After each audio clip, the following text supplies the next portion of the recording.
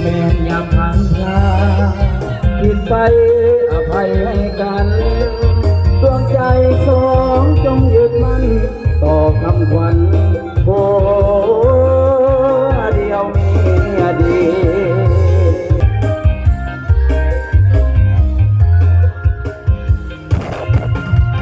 จงออกหักให้ยืนยาวมัน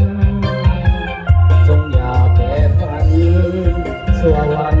แก่เท่าลงไปทรัพย์สินเงินทองขอจงเลือกน้องหลั่งไหลแม้เกิดได้ลูกหญิงชาย